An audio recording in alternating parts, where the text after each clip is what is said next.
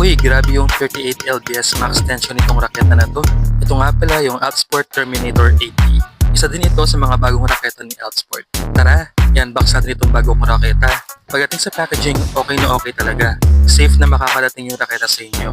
Sa loob ng box, bubungad agad sa'yo itong Outsport Terminator 80 na naka-plastic pa. May kasama na ding flannel bag at dalawang extra na hand grips. Tanggalin muna natin yung plastic, saka yung cover. Ito na guys, tingnan nyo yung details ng raketa. Napaka-astig.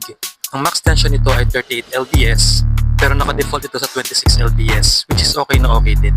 Head heavy din itong raketa, kaya lalakas at bibilis talaga mga palo mo dito. Ito lang din yung raketa ni Outsport na pinaghalong titanium alloy, carbon fiber at nano-resin material, kaya talagang sobrang tibay nito. Magaan lang din yung raketa kasi nasa around 80 grams lang yung bigat niya. May Outsport logo din sa ilalim ng raketa. Urig na urig yan guys. Tara, i-soundcheckin natin itong raketa.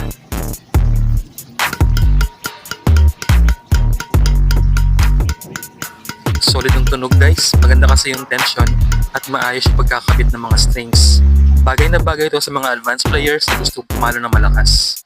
Kung isa ka sa mahilig pumalo ng malakas sa laro, para sa iyo itong raketa na to. Ilalagay ko yung link nito dyan sa ibaba ng video kung saan ko ito nabili. Yun lang, paalam!